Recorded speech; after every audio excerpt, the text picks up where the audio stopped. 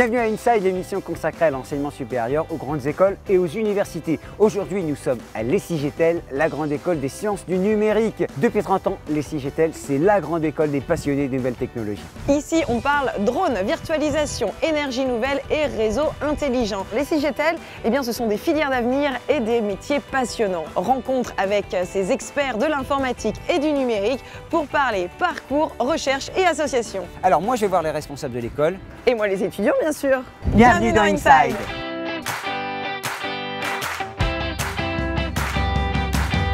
Bonjour.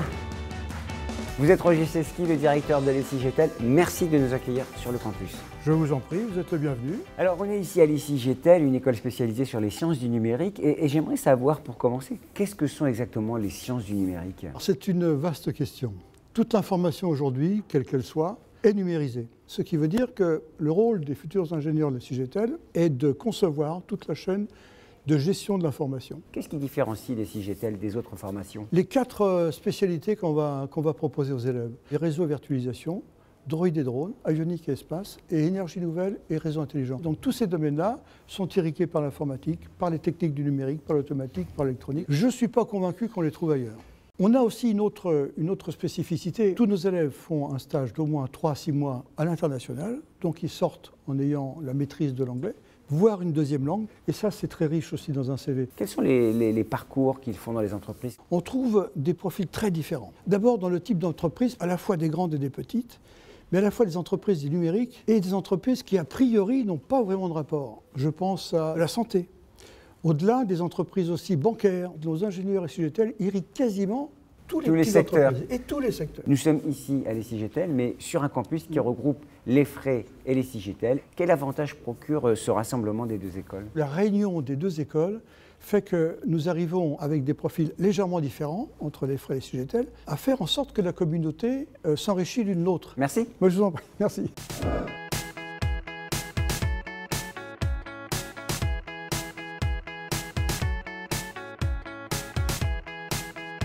Alors, je vais rencontrer les étudiants de l'ESIGETEL afin d'en savoir un petit peu plus sur leur école.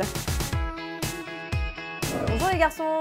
Bonjour. Alors, vous êtes tous les 3 en master. Alors toi, Jérémy, tu es en 4e année. Oui. Pourquoi cette école d'ingénieur dans les sciences numériques? Depuis que je suis gamin, je suis attiré par tout ce qui est technologie, passionné par l'informatique. Donc vraiment, les sciences du numérique, c'est ma passion. Pourquoi avoir choisi l'ESIGETEL plus qu'une autre? Sa dimension humaine, en plus, moi je regardais des écoles avec reconnaissance de l'État, la reconnaissance de la CTI, Commission des titres d'ingénieur. Et donc l'ESIGETEL avait toutes ces reconnaissances. Quels sont les atouts de cette école? Son côté international, on a des partenariats sur les 5 continents. L'avantage aussi d'être un groupe, c'est côté avec toutes les majeures qu'elle propose. Ça va du réseau aux finances, à l'économie, en passant par les systèmes embarqués. On a vraiment tout. Est-ce que tu as une idée de ce que tu vas faire aussi dans un an? On verra ce que l'avenir réserve. Normalement, oui, je ne me fais pas de soucis. On a un bon réseau des anciens, on a des bons partenariats avec les entreprises, donc logiquement, je pense pouvoir me vendre auprès des entreprises. Alors toi, Madj, tu es en 5e année. C'est ça. Pourquoi avoir choisi l'ESIGETEL plus qu'une autre? J'ai choisi l'ESIGETEL pour poursuivre mes études de par le fait que c'est une école à taille humaine. Ça permettait d'avoir cette proximité avec les enseignants et avec les élèves. L'école propose de nombreuses filières. Étant donné que j'étais pas encore vraiment sûr de ce que je voulais, j'ai choisi d'avoir encore cette possibilité pour pouvoir après faire mon choix. Oui, c'est ça, il y a le côté généraliste et ensuite tu te spécialises. C'est bien ça. Toi, ta spécialité, c'est? Moi, je suis en système embarqué, spécialisé dans l'automobile. Toi, Thomas, tu es en 4e année et du coup, tu vas faire une spécialisation? En réseau et virtualisation. Toi, Jérémy, tu as une idée de ta spécialisation? Oui, architecture des systèmes réseau et virtualisation. Un petit bilan en 5e année, t'en es où? Je pense que j'ai gagné énormément en maturité, en esprit d'analyse, qui feront de moi un bon ingénieur par la suite. Merci Madj et merci à vous tous les garçons. Quant à nous, eh bien, on retrouve Gilbert.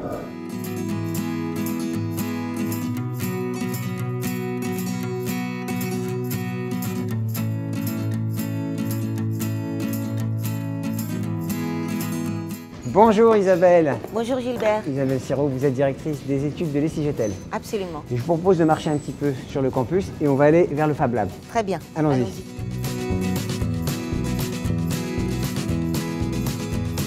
Quelles sont les conditions d'admission à l'ESIGETEL? Alors l'ESIGETEL est une école post-prépa, c'est-à-dire qu'on intègre les élèves venant de la prépa du groupe Effray bien évidemment, mais de toute autre prépa, classe prépa scientifique. On intègre aussi des élèves venant de DUT. Ça, c'est selon les voies d'admission, j'allais dire classiques. Et une nouveauté, Oui. c'est une admission spécifique pour les BTS. Oui, depuis cette année, on va permettre aux BTS de poursuivre dans une école d'ingénieurs.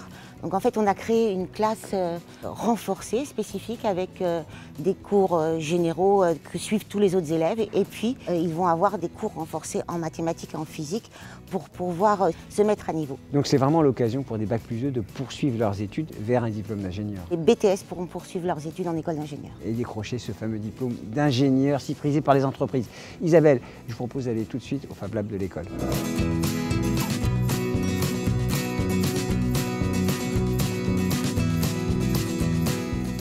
Alors Isabelle, quels sont les atouts de la formation SIGETEL? Les formations SIGETEL sont très proches des entreprises. En fait, on construit nos programmes en partant des compétences métiers. On décline ces compétences en objectifs pédagogiques et donc en programmes d'enseignement. Donc ça veut dire que nos étudiants, en sortant, répondent vraiment aux besoins des entreprises. On donne un accompagnement personnalisé pour les accompagner dans ces choix de parcours. Les étudiants ont des cours, évidemment, et des TD, mais la majorité de la pédagogie se fait en mode projet. Et c'est extraordinaire de voir l'enthousiasme des élèves et leur créativité dans les projets. On l'a compris, un accompagnement personnalisé des élèves et une pédagogie en mode projet, mais également une spécificité très forte à l'ESIGETEL. À l'ESIGETEL, on a un lien très important avec les entreprises. D'ailleurs, on a 4 chaires d'entreprise avec des grandes entreprises comme Orange, Malten, CGI et Liki. Et on a créé des majeures, des spécialités innovantes. On a la majeure droïdes et drones, c'est-à-dire robots humanoïdes et drones. On a une majeure avionique et espace, bien sûr au sens du numérique, objet connecté, système embarqué. Et puis on a une majeure réseau et virtualisation avec tous les aspects récents de cloud computing. Et enfin, on a une majeure énergie nouvelle et réseau intelligent. On est vraiment dans la très haute technologie.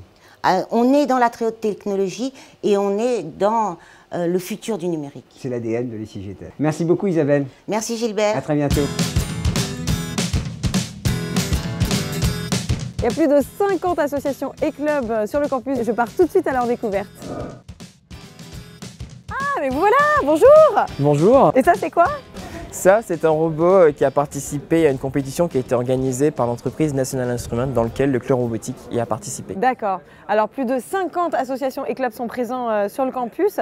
C'est un vrai dynamisme pour les étudiants. C'est vraiment un très grand dynamisme à travers les événements qui sont organisés par différentes associations, le club robotique, le BDS avec les différents sports. Tout le monde ici pourra trouver son association qui lui convient. Réellement. En tant que futur ingénieur, qu'est-ce que ça t'a apporté concrètement d'être un ancien président de BDE? Moi, en tant qu'ancien président de BDE, ça m'a beaucoup apporté au niveau d'organisation, au niveau de la gestion. J'ai eu une équipe à gérer. En tant qu'ingénieur, c'est quand même réellement un plus, car lui-même aura aussi des équipes à gérer par la suite, des projets à organiser. Participer à une association, c'est à la fois ludique et professionnalisant. Merci Mathias.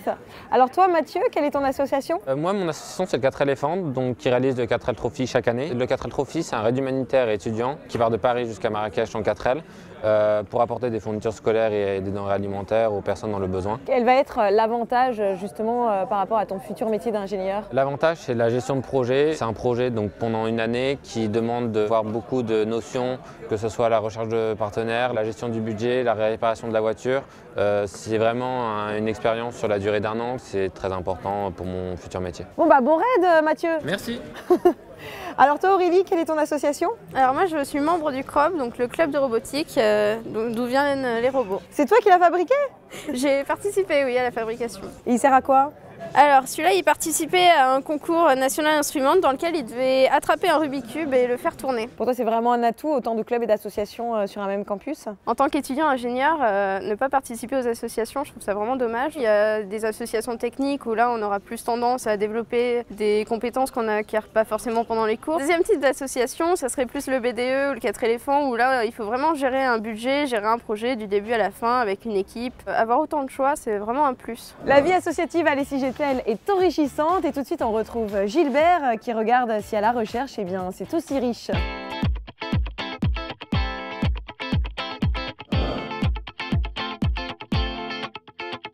Vous êtes Katarzyna Wolska, la directrice de la recherche. Je viens de me promener sur le campus et j'ai compris que la recherche est très importante au sein des deux écoles. Vous partagez également avec les Frais, l'école d'ingénieurs voisine, un laboratoire de recherche Alliance TIC. Alors, comment fonctionne ce laboratoire? Dans notre laboratoire, on fait des axes de recherche Big Data et objets connectés qui permettent de visualiser, de connecter les objets sur les réseaux, savoir comment on les exploiter, dans quel but et comment ensuite tirer le profit de tout ça. Ça fait partie de la formation.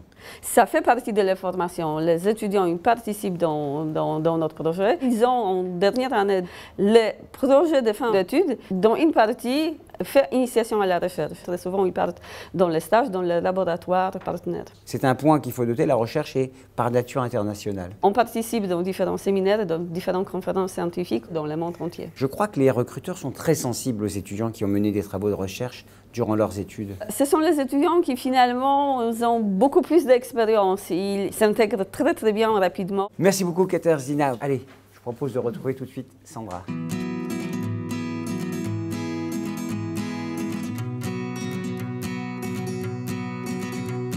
Mais c'est super, c'est des drones. Ouais, c'est des drones, ouais. C'est vous qui les avez fabriqués? Exactement, oui. Celui de droite, on l'a fabriqué. Celui de gauche, c'est un modèle commercial. Je peux essayer? Bien sûr. Vas-y. Oula! Il peut monter jusqu'où? Très haut. Ah ouais! Waouh! C'est cool hein, ce qu'on peut faire avec les associations. Merci Jean-Charles.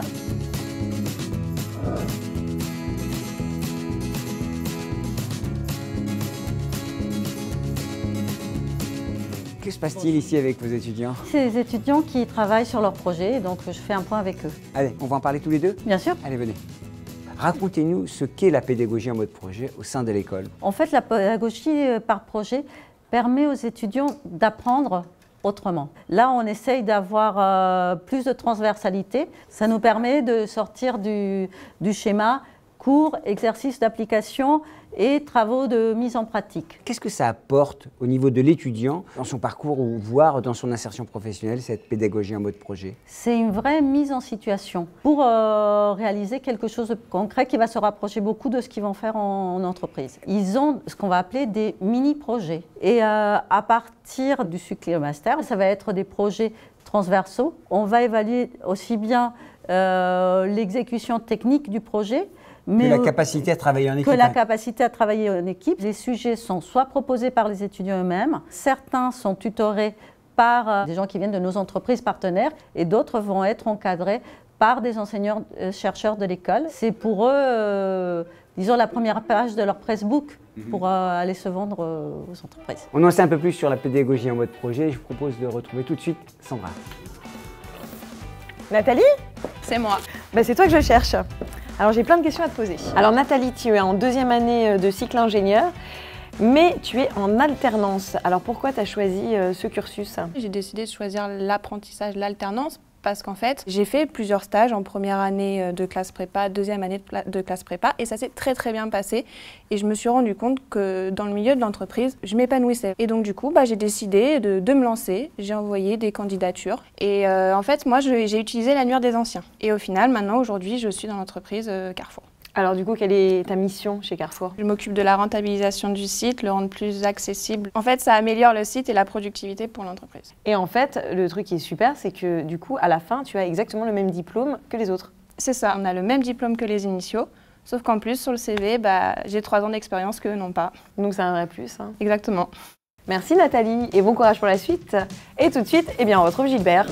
Parlons carrière avec Emmanuel Depelé, président de l'association des anciens de l'ESIGETEL. Bonjour. Bonjour. L'ESIGETEL s'est rapproché de l'EFRAY et en termes d'anciens, je crois que ça constitue une sacrée association d'anciens. Aujourd'hui, le réseau des anciens de l'ESIGETEL et le réseau des anciens de l'EFRAY, ça forme un ensemble de 10 000 diplômés qui couvrent toutes les entreprises de France et du monde du secteur des numériques, également qui sont présents dans tous les pays du monde entier. Ce réseau est à la disposition des anciens et des étudiants, bien évidemment. Alors c'est quoi ça ? Alors ça, c'est la clé de voûte du réseau d'anciens élèves. C'est l'annuaire que l'on publie tous les ans. Ensuite, il y a des événements, festifs ou professionnels.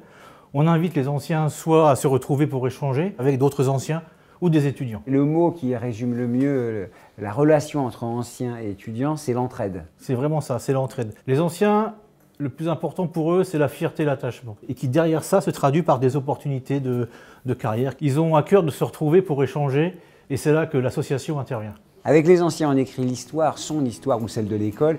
Et je vous propose de continuer l'histoire de l'ESIGETEL avec Sandra qu'on retrouve immédiatement. Gilbert, je suis trop contente de cette école, j'ai carrément piloté un drone. Pas mal, alors moi j'ai découvert toutes les technologies du numérique, enfin celle de demain. Allez, à très bientôt Dans Inside.